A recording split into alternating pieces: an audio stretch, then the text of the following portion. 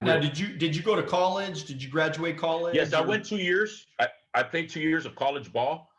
I actually got invited for a tryout with the Brewers before I got injured, and but never made it past the college level. So that was a big thing for me because I remember before I got into business and got my licenses, my best friend George Solis, he goes, "Hey man, I'm getting licensed in this business, and he goes, and I think you'll be great at it because you talk a lot. So see how it reverses." And I was like, come on, George, what do you mean you're getting licensed in this business? You don't even. George would not talk to people. Okay, George was the type of guy he needed two shots of Jim Beam before. We used to call him Liquid Courage at the club, you know.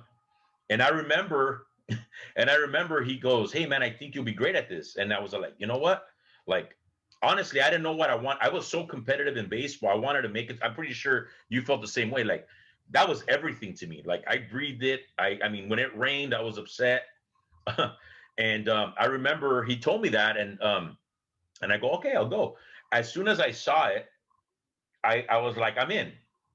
I didn't really understand it, but I'm in. And what were you doing at the time, though? What were you doing? I was in college playing so ball. you went straight from college to business. Yeah, I had a part-time at Home Depot, you know, like you work college. Yeah. But I didn't have, that was my job while I was in school. You never had a career. You never had a quote unquote real career. This is all I've ever done. This is it. So it was this guy, George. Like what did you see at that meeting that really, like, if you were to think back, like what did you see that really made you say, man, I'm in? Well, we were at the convention center, LA Convention Center. And they were rolling out this thing called an F&A. And I don't know if you remember that meeting in the LA Convention Center. And I went. Financial needs analysis. Financial needs analysis, right? Yeah, just be careful with the F&A. And I remember I was into wrestling then. So I didn't really go because I wanted to go to the convention center. I mean, I was already going to go because it was my buddy George, right? I was going to get licensed with them. Okay. He never steered me wrong. So I trusted him, you know? And so I go, maybe I'll run into some WWE people at the Staples Center because they were at the Staples Center. And so I went to the orientation. They were teaching the financial planning, how the new plan was going to work and all this stuff. And then I told my buddy, I go, man, it's getting close to time when they, you know, it's over. So I go, I'm going to walk out of here. Okay. And I'm going to go. And he goes, oh, there's one more speaker. There's one more speaker. I go, it's cool, bro. I'm in, bro. I'm going to get my license. Let's learn the business. Let's get licensed. Let's learn about the insurance and finances. You know, I'm good, bro. I trust you, man. He goes, oh, just wait. And I left outside. And then later did I know the last speaker was a gentleman named Hector Lamarck, one of your mentors, you know? And I never knew, I never knew who Hector Lamarck was. Little did I know, I was listening to him in CDs and trainings my whole career.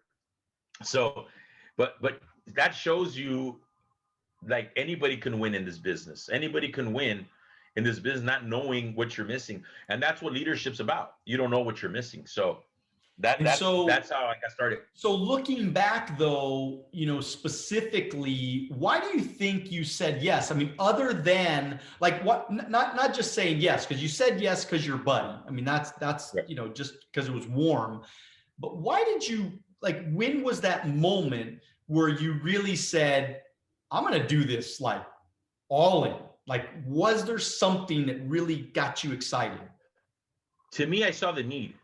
I didn't know about insurance and retirement planning. I mean, we didn't grow up like that. And insurance, where I grew up, was a picture of, I always say this, in a picture of Smokey that got smoked and they asked for a donation. I mean, it sounds funny, but it's true. I mean, we're not prepared. Me being a Latino, born here, you know, and, you know, speak Spanish as well. You know, I saw that lack of education in the community. And I got tired of seeing people, they pass away, they have to fundraise, or I see some moms, 50, 60, 70 years old, you know, still working. Daniel, you know, I go, I got to change this. And then, cause one time I asked George, I go, so who do we talk to? And he said, anybody. And I looked out my bedroom window at the time, because everybody has their little PlayStation in there, and it's your little computer, and that's your little spot, growing up. And I looked out the window and I go, anybody? I go, I'm going to be rich in this business.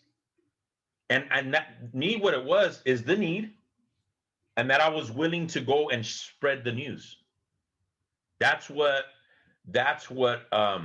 what got captivated me, is that nobody's teaching this to the middle class families, and let me tell you something, even people with money get taken advantage of. They're not even 100%, because they make so much money, people could just take and take and take. But when someone comes in and educates a family from what they learned, I saw that as who else is going to do it? And here's what's funny, the banks ain't going to do it. And I used to always say, if you go into a bank right now, they have ATMs instead of people. We're looking for people.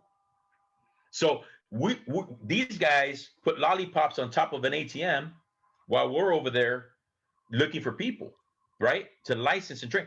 The personal part of financial services is gone, besides our business. And that's what I saw back then. And now it's even better now that it's coming to fruition. So that's the way I see it. And really, it's kind of what I saw too. When I got into financial services, I saw that it was never ending. It was like the market will never go away. It's only expanding. It's never going to shrink. It's only going to expand, because ultimately every day somebody turns 18 years old. They come to work with us. Every day somebody has a baby, which means they probably need life insurance. Every day somebody turns 16, needs auto insurance. Every day somebody goes to work and wants to start a retirement program for the future, or when they have a kid, they want a college fund or something like that, right? So it's just like, it's never ending, the amount of people. There's 400 million people in the United States and Canada. I'm so glad that I picked financial services, because financial services, not only has it allowed me to make a lot of money, which is great, but it allowed me to be in a business that doesn't go away. Like for example, right? This last year, we have the worst pandemic in the history of the world.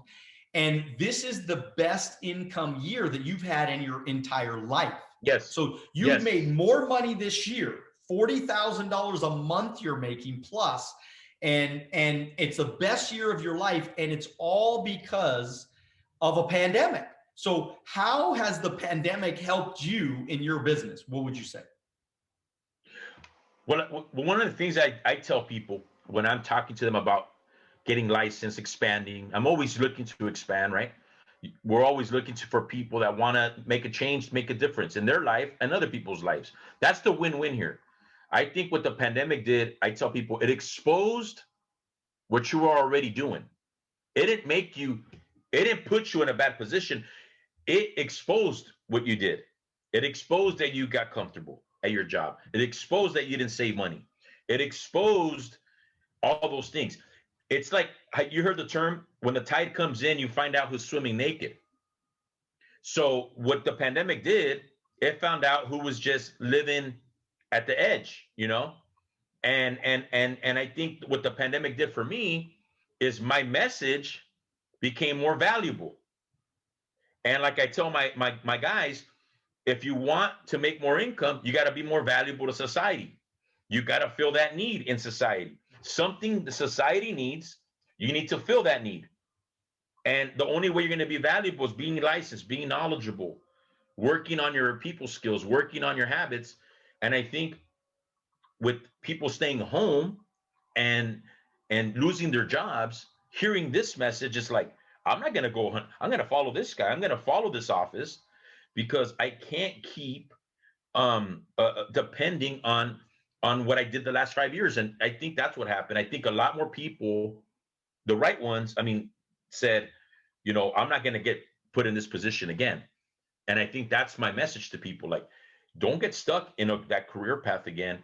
You got to start learning skills where you don't need a boss, where you don't need somebody that you work for, where you can make your own income. And I think that's the message that's going through. And I think that's what has attracted people during this pandemic. And our team has grown since the pandemic. Thank you for watching our short clips on Alonzo Academy. If you'd like to watch the next short clip, click here. If you'd like to watch the entire podcast, click here.